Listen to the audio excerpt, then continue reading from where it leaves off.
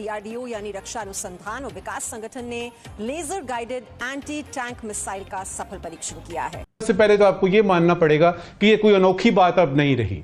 दुनिया ने मान लिया है कि कुछ भी कर लें आप, हिंदुस्तान ने खुल के बता दिया जी हमने करनी है, जो आपने करना है आप करके दे। इस वक्त बात होगी उस इतिहास की जो भारत के डिफेंस सेक्टर ने ओडिशा के तट पर रचा है। दुनिया ने भारत की इस ताकत को देखा।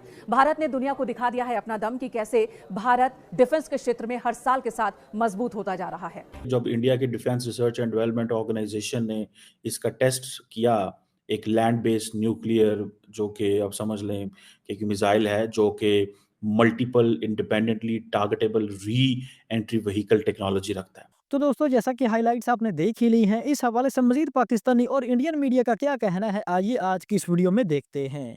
वीडियो को शुरू करने से पहले आपसे रिक्वेस्ट है कि आपने वीडियो को आखिर तक लाजमी देखना है और अगर वीडियो अच्छी लगे तो वीडियो को लाइक और चैनल को लाजमी सब्सक्राइब कीजिएगा। जो विराट कह रहे हैं लोग, अब मुझे नहीं पता, पर लोग कह रहे हैं आईएनएस विराट बन रहा है, तो जब आईएनएस विराट बनेगा वो 65,000 टन डिस्प्लेसमेंट का होगा और उसमें हो सकता है 90-92% इंडिजिनस हो, इंडियन जो टेक्नोलॉजी हम लोग इसमें इस्तेमाल करेंगे, जो मेड इन इंडिया होगा। तो क्योंकि हजारों लाखों इसमें कंपोनेंट्स होते हैं, तो कोई कुछ बना रहा है, कोई कुछ बना रहा है, तो इसका पूरा एक आरजूजी इकोसिस्टम होता है, एक पूरा इकोसिस्टम होता है। तो वो इकोसिस्टम ये गवर्नमेंट तैयार करने की कोशिश कर रही है। हो सकता है कल कोई दोस्त मुल्क हो जो बोले कि हमें एयरक्राफ्ट कैरियर चाहिए, उनके लिए बनाए। बिल्कुल ठीक, लेकिन एक चीज और मैं यहाँ पे आपसे पूछना चाहूंगी, आप प्लीज माइंड नहीं कीजिएगा, लेकिन ये कि बहुत से लोग ये भी कहते हैं, इवन इंडिया से भी कहते हैं कि चाहे वो आईफोन 14 को लेकर हो कि जो चाइना के बजाय इंडिया में बनेगा, वो कहते हैं कि क्वालिटी वो नहीं होगी, कहते हैं क्वालिटी जो है वो कम हो जाएगी। तो अभी आप लोग जो चीजें बना रहे हैं, चाहे वो जंगी सामान हो या कुछ भी, आपको लगता है कि क्वालिटी वही होगी जो दूसरी कंट्रीज से आ रही है, वेस्टर्न कंट्रीज से आपको आती है, अमेरिका से, रशिया से? अब अभी तो आईफोन 14 नहीं बना इंडिया में, और नहीं, जब बनेगा तो लोग कह रहे हैं क्वालिटी वो नहीं रहेगी। हाँ, वो अब वो होगा, जब होगा तो क्वालिटी अच्छी होगी बुरी होगी। अब देखिए, मेरे पास कोई ऐसा फाल वाला तोता तो है नहीं कि मैं आपको बताऊं कि आगे चल के दुनिया में क्या होगा, वो तो कोई नहीं कह सकता। लेकिन हाँ, ये बात ठीक है कि over the past few months India ने जो पुराने आईफोन बनाए थे 13 और 12, उसमें भारत ने 1 अरब से ज्यादा पूरी दुनिया को एक्सपोर्ट करे हैं और कोई कंप्लेंट नहीं आई। तो कुछ लोग हैं जो कभी, भारत में भी ऐसे कई लोग हैं जो कभी खुश नहीं होंगे। मैं तो जब मेड इन इंडिया फोन आएगा एप्पल का मेड इन इंडिया, तो सबसे पहले लाइन में खड़े होकर मैं खरीदूंगा, बिकॉज मुझे पूरा भरोसा है।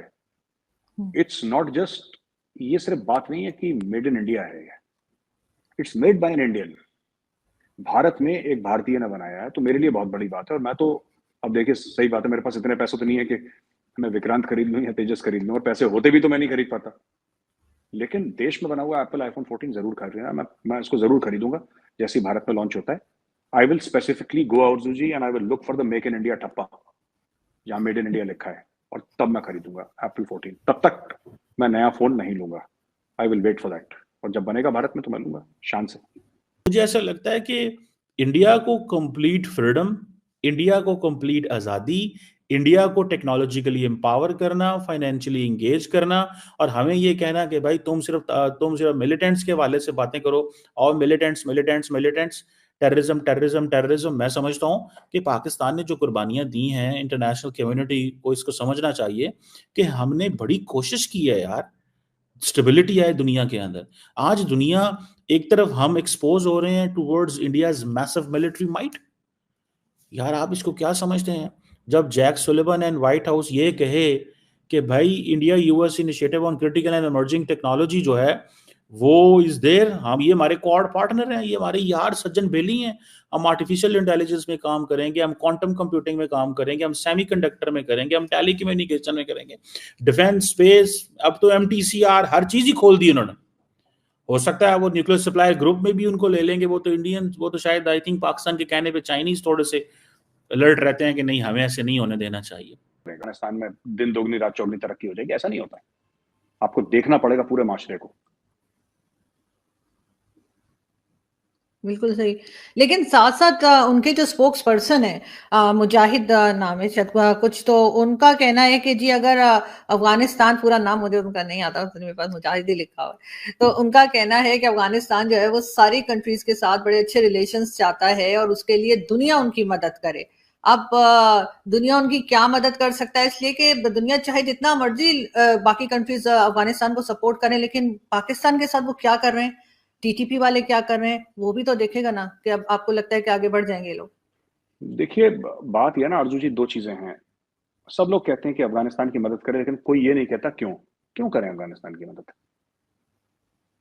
दुनिया ने लोन ले रखा है अफगानिस्तान से, क्या चक्कर क्या है?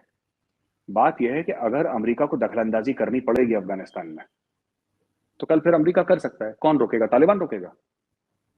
तालिबान नहीं रोकेगा। 4 बम मारेंगे तालिबान, फिर गुफाओं में भाग जाएगा, फिर वहां से गुरिल्ला वॉरफेयर शुरू कर देंगे। तालिबान में लड़ने की सकत थोड़ी ना है। अब प्रॉब्लम यह है कि जो मुझे आप ये कह रही हैं कि तहरीक तालिबान पाकिस्तान के थ्रू तालिबान अटैक करवाता है पाकिस्तान के अंदर। आई थिंक आपका इशारा यही है, राइट? तो मैं ये जानना चाहता हूं कि 1 साल पहले फिर आपकी सरकार या आपके लोग इतने खुश क्यों हो रहे थे कि हमारे हम मजहब हैं जो वहां पे पावर में आ गए, वो कश्मीर दिलाएंगे। ये आप, एक बात मैं आपसे पूछता हूं आपकी शो में, एक सवाल आरजू जी, कि आप लोग इतने खुश क्यों गए थे 1 साल पहले कि अब तो सब ठीक हो गया, अब तो कश्मीर मिल गया, अब श्रीनगर पे जाके हमने कोरमे खाने हैं, और बताओ जी। वो टारगेट कर सकता है। So it's something very significant for India in my understanding इस हवाले से। लेकिन क्वेश्चन ये है कि ये प्राइम मिनिस्टर मोदी ने क्यों ये टेस्ट किया है, ये एक सवाल है कि क्यों उन्होंने ये महसूस किया कि वी शुड टेस्ट दिस। इसकी क्या जो है वो लॉजिक है कि आज क्यों भारत को ये टेस्ट करना पड़ा। और सुनने में ये आता है कि जब इंडिया ने ये टेस्ट किया तो एक जो एक चाइनीज़ स्पाई शिप जो है वो बे ऑफ बंगाल के करीब थी। और ये एक चीज़ जो है वो इंडियंस बार बार ये कह रहे हैं कि इंडियन ओशन रीजन के अंदर सो इंडियन जो चाइनीज़ वेसल्स हैं जिन्हें वो ओशन सर्वे वेसल कहते हैं, होती वो ओशन सर्वे वेसल है, but the American and the rest of and the Indians and many से कि ये सारी की सारी स्पाई वेसल्स हैं। अब ये एक मज़ीद एक चैलेंज है अगर देखा जाए इस हवाले से। लेकिन अगर आप इंडिया की जो हिस्ट्री देखें मिसाइल सिस्टम की, कहा जाता है कि ये एंशियंट पीरियड में जाता है जब मिसाइल जो था that was known as an Astra. और एक टीपू सुल्तान के दौर में भी जो इंडिया ने, कहा जाता है कि first rocket against the British use किया था 18th सेंचुरी में, जो कि एंग्लो मैसूर वॉर्स हुई थी उस वक़्त। और जो टीपू सुल्तान के जो मिसाइल रॉकेट्स थे वो बैम्बू या स्टील स्पीयर्स के साथ जो उस वक़्त जो है वो बने थे। और सो इंडिया की जो मिसाइल सिस्टम की जो हिस्ट्री है that goes back to 18th century. This is what the Indian missile programme जो है वो कहता है। पाकिस्तान का जो मिसाइल प्रोग्राम है वो ज़ाहिर बात है पाकिस्तान ने भी सारे का सारा जो मिसाइल प्रोग्राम है वो फॉर इंडिया ही बनाया हुआ है। और ये कहा जाता है कि जो मिसाइल सिस्टम है ये गाइड जो इसकी जिसे कहते हैं ना कि ये डिफरेंट सिस्टम्स का बना होता है, डिफरेंट कंपोनेंट्स का बना होता है।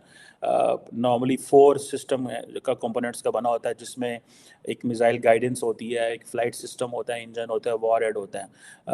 और फिर देन मिसाइल जो हैं वो उनको क्लासिफाई किया जाता है कि उनका यूज़ किस तरह का होता है। For example air to surface missile होता है, सरफेस टू सरफेस मिसाइल होते हैं। जो सरफेस टू सरफेस मिसाइल्स होते हैं वो बैलिस्टिक भी होते हैं, क्रूज भी होते हैं, एंटी शिप एंटी टैंक होते हैं। इस तरह सरफेस टू एयर मिसाइल्स भी होते हैं, and then air to air missiles भी होते हैं। Then anti satellite weaponry missiles भी होते हैं, जो कि आई थिंक वंस चाइनीज़ ने एक दफ़ा आई थिंक अपनी ही सैटेलाइट को मार के नीचे गिराया था। ये पुरानी बात है, when Americans were going for the space weaponisation की उस वक्त बात चल रही थी। मुझे याद है, I was a student of at that time in university. तो हमें क्लास में अक्सर इस चीज़ की मिसाल दी जाती थी कि चाइना ने अपनी ही एक जो है वो सैटेलाइट को मार गिराया है, just to give a message to the जिसे वो कहते हैं ना टू द वेस्ट, कि अगर आप इसमें हैं तो हम भी इसमें मौजूद हैं, हमें पता है वहाँ पे कैसे। तो दोस्तों, जैसा कि आपने आज की इस वीडियो में देखा है कि डीआरडीओ ने किस तरह से सक्सेसफुल मिसाइल टेस्ट किया है। डीआरडीओ जो है वो इस वक्त आए रोज किसी न किसी चीज़ का, किसी न किसी मिसाइल का, किसी न किसी फाइटर जेट इंजन का सक्सेसफुल टेस्ट कर रहा है। तो दोस्तों, इस हवाले से पाकिस्तानी और इंडियन मीडिया का क्या कहना है आपने आज की इस वीडियो में देखा है। सो अगर वीडियो अच्छी लगी हो तो वीडियो को लाइक और चैनल को लाजमी सब्सक्राइब कीजिएगा। और इस तरह की पाकिस्तानी और इंडियन मीडिया की रिएक्शन वाली वीडियोस देखने के लिए चैनल को लाजमी सब्सक्राइब कीजिएगा। तो हाजिर होते हैं एक नई वीडियो लेकर।